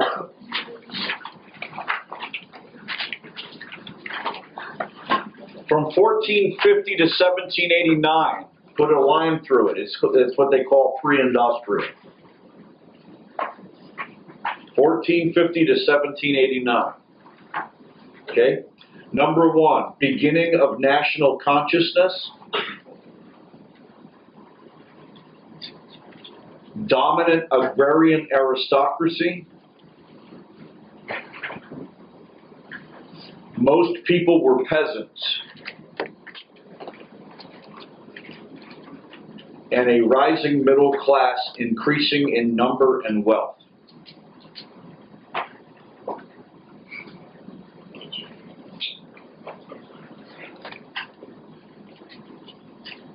Okay? 1789 to 1815, social. Emergence of industrial proletariat class like the sans-culottes.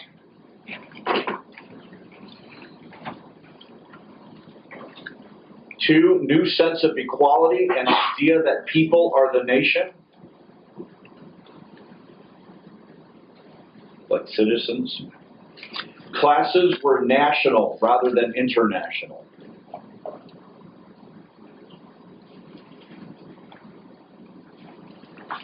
All right, and then 1815 to 48 to 70. Workers, students, nationalists, and middle class struggled for power and their own vision of a national state. Workers, students, nationalists, and middle classes struggled for power and their own vision of a national state. 1870 to 1914, workers organized into parties and trade unions, like the ballot socialists. Emergence of urban civilization and moves to organize the masses. 1918 to 39. The masses were organized horizontally, communist worldwide revolution, vertically, nationalists or fascists, or democratically by political parties.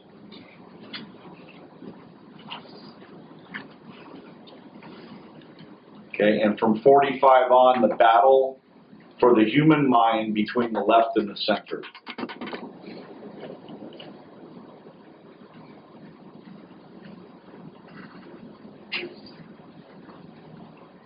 Okay, next one is religious. 1450 to 1650. First, Reformation broke up the universal church. Religious wars. The emergence of national churches and intolerance.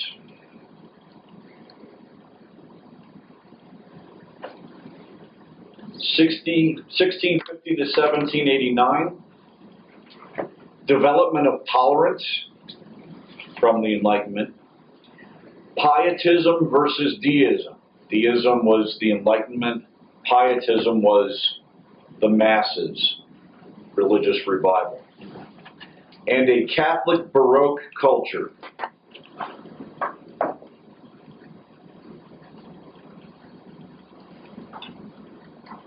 (1789 to 1815), back to intolerance, except this time it was like civil constitution of the clergy and Robespierre's brand of deism.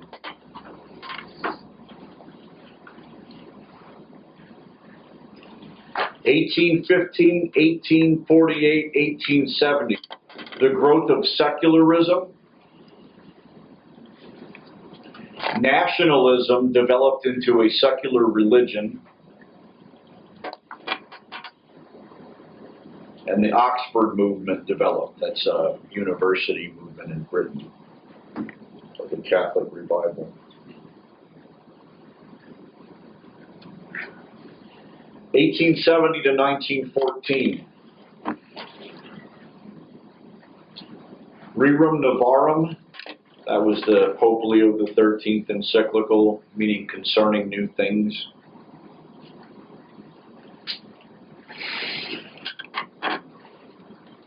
Materialism, skepticism, and agnosticism were common among many intellectuals.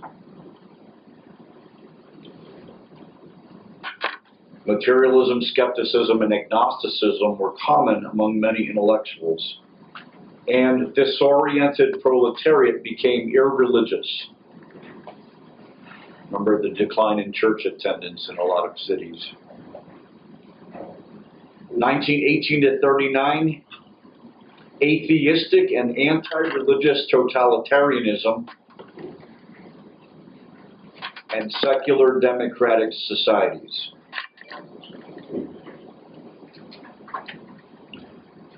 And then from 40 on, Vatican II, dialogue among religious groups.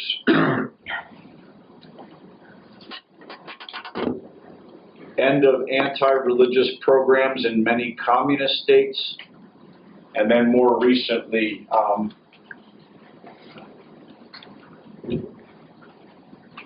anti-Islamic tensions because of the so-called war on terror. All right, the next one is intellectual.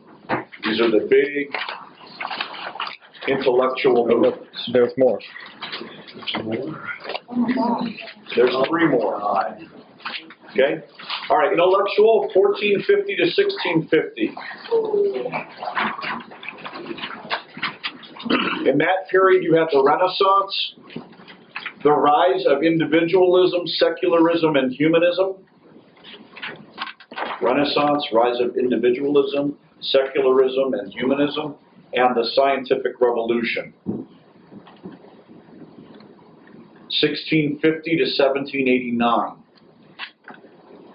Scientific revolution continued. inductive thinking, enlightenment, natural laws, natural rights, society based on reason. Okay? 1789 to 1815, French Revolution. Most of the intellectuals were talking about that. 1815 to 48, utopian socialism and romanticism.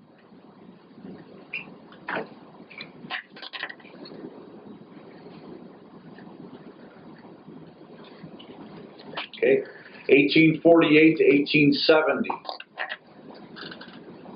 You had Marxism, you had Darwinism.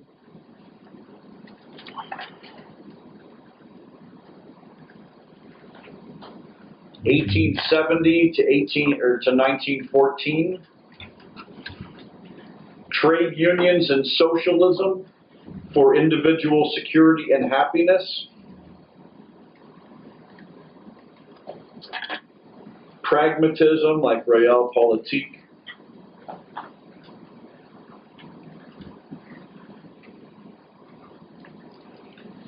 Social Darwinism, racism, anti-Semitism, Freud, and the new physics.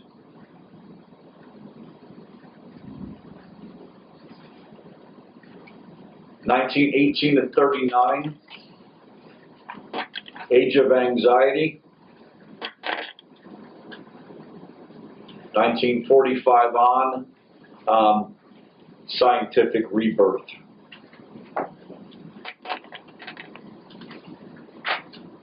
Okay, then we got wars, and then we've got culture.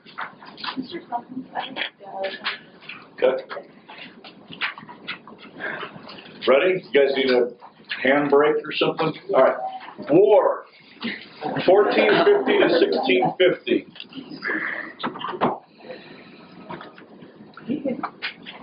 In that period, you saw feudal noble fighting, inter-religious wars, and the use of mercenaries. Okay?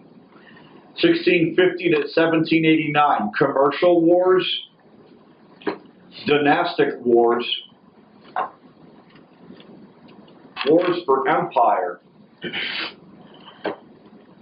and warfare became a monopoly of the state, like standing armies. 1789 to 1815, conscription became a matter of national survival and independence. Remember, that's French Revolution, Napoleon, too. 1815 to 48, National Liberation Wars.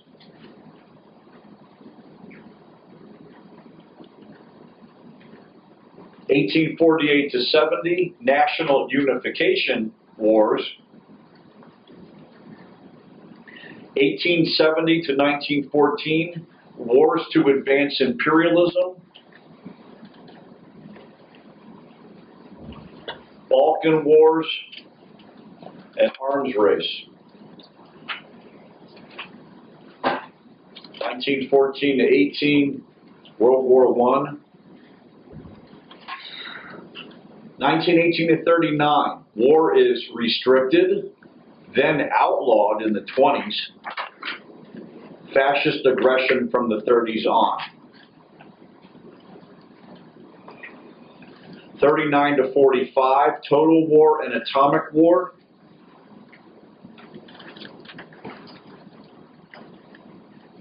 Okay, 45 on, the search for security. Search to regulate nuclear weapons. Wars in the Middle East. Vietnam. Africa. Latin America.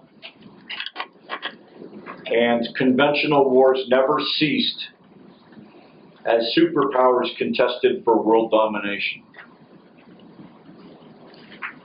And then War on Terror. And post-Cold War wars. Lots of war. Culture. Last one. The last part will fly. It won't take 10 minutes. All right. Number one, Renaissance art and literature. That is 1450 to 1650. Renaissance art and literature.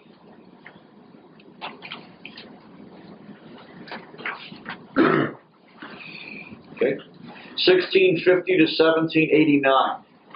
Baroque culture.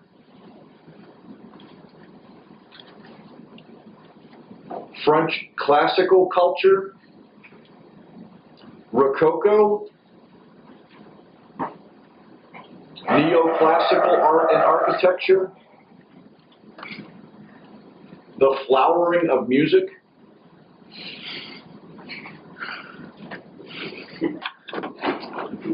Development of the opera and symphonic music.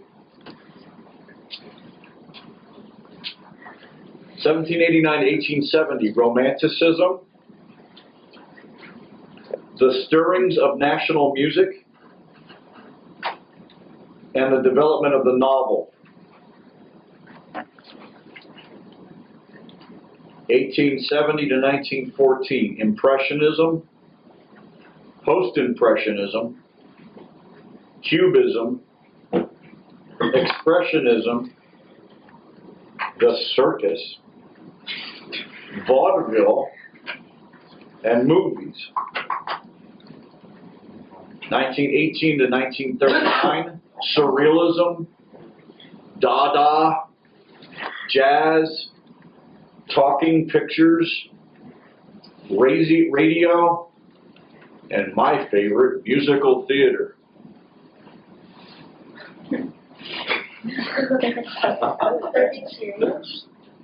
Francesca likes it, right? 1945 on. Can't get enough musical theater. West Side Story. All the lyrics to life are still in my head. Abstract art after 1945. Rock and roll. Television. Mass culture. The internet. All of them. This video. All 7. Okay. You guys are going to see some dots. That's a dog. Ready to do some dots? What are these? What? Every one of these dots, I'm going to say something. You're going to write it.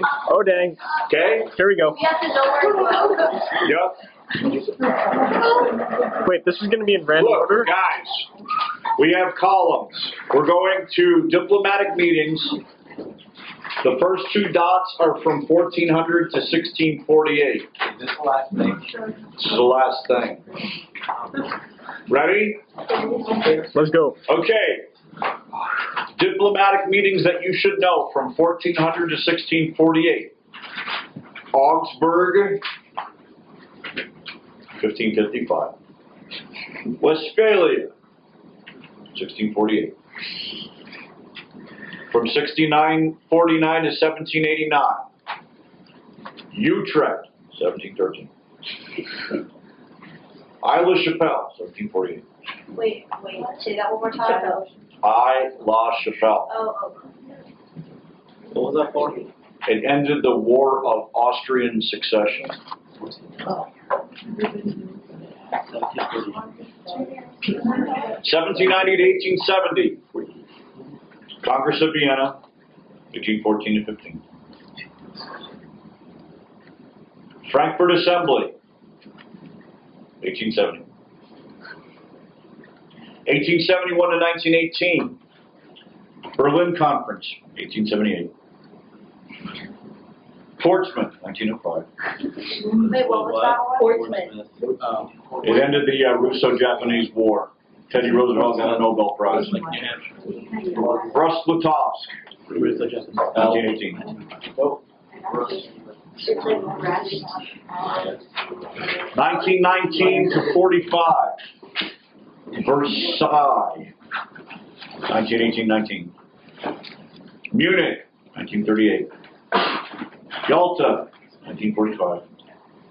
San Francisco. 1945. Potsdam. 1945. Yeah, definitely 1945. What's the third one? Does that have the dates next to it, or do you just have it memorized? I have it. That's crazy. Crazy. Yeah. I need that to pass the teacher for a long time. Yeah. If he didn't have it memorized, that'd be All right. 1946 to 1990. Geneva. 1948. Seoul. 1972. So wait, the hippie treaties aren't here? Okay. You could put Helsinki in there if you wanted to, 1975. If you want to add a third dot, feel free. No. What was Geneva? Not after the dog. All right, ready? What was Geneva? 1948. It's like the UN Declaration of Human Rights and all that stuff. Okay. Religion. There's so many. There's a lot of dots. Ready? Only in the first column. one, Council of Constance. 1414 and 1417. Reformation. There's an expanse for that. Dyed worms. 1521. Counter-Reformation. Expanse. Council of Trent. 1545 to 1563. Inquisition. Expanse. Edict of Nantes, 1598.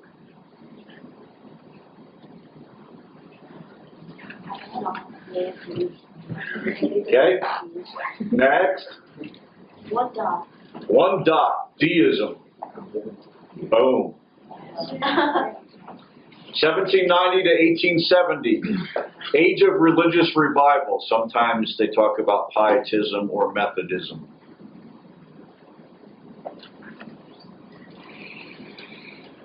(1871 to 1918), Rerum Novarum. Sometimes they call it Vatican I. 1919 to 45, Lateran Accord. That was 1929. 1946 to 1990, Vatican II, 63 to 65.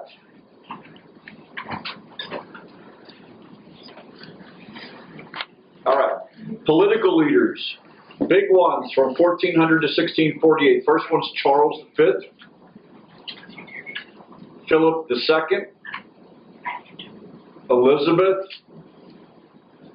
Henry IV, Gustavus Adolphus.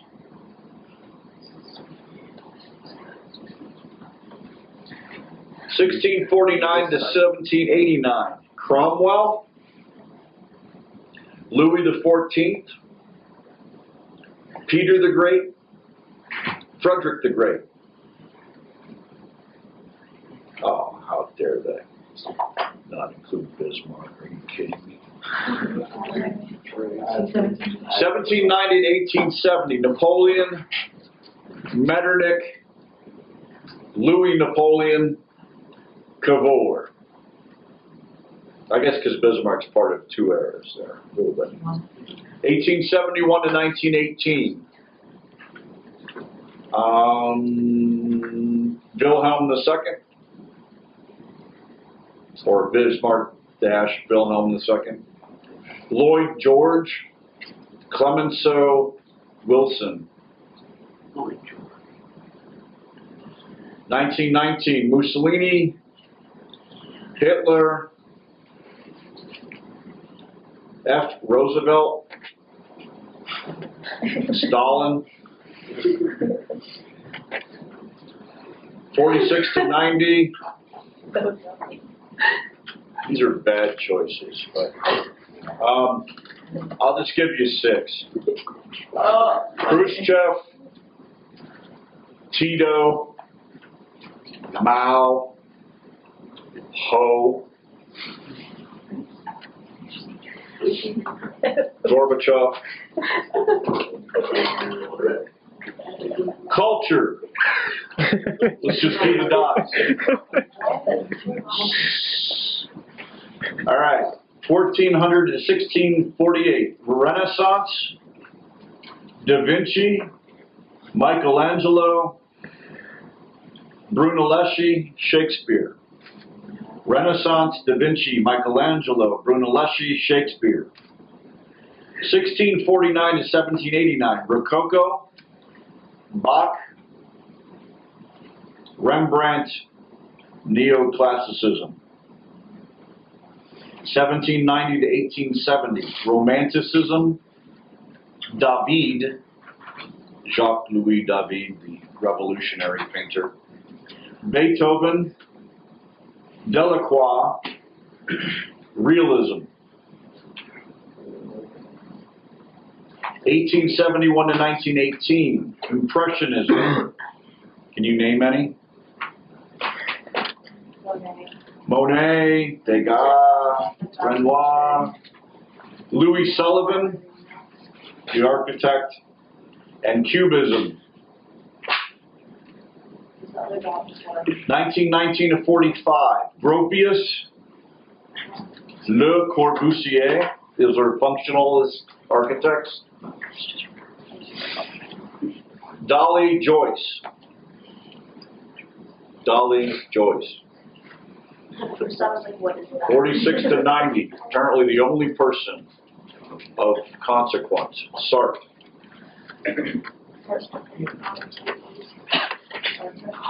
All right, economic philosophies and practices. Dot. 1400 to 1648.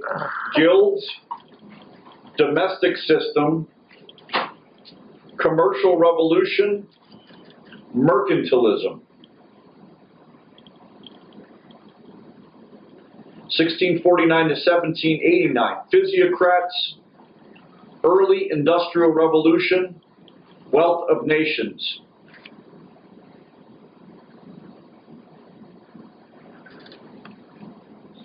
1790 to 1870, there should be two dots. Manchester School, that's the Ricardo Malthus crew, and Marx. 1871 to 1918. Oh, they're just getting lazy now. German welfare state.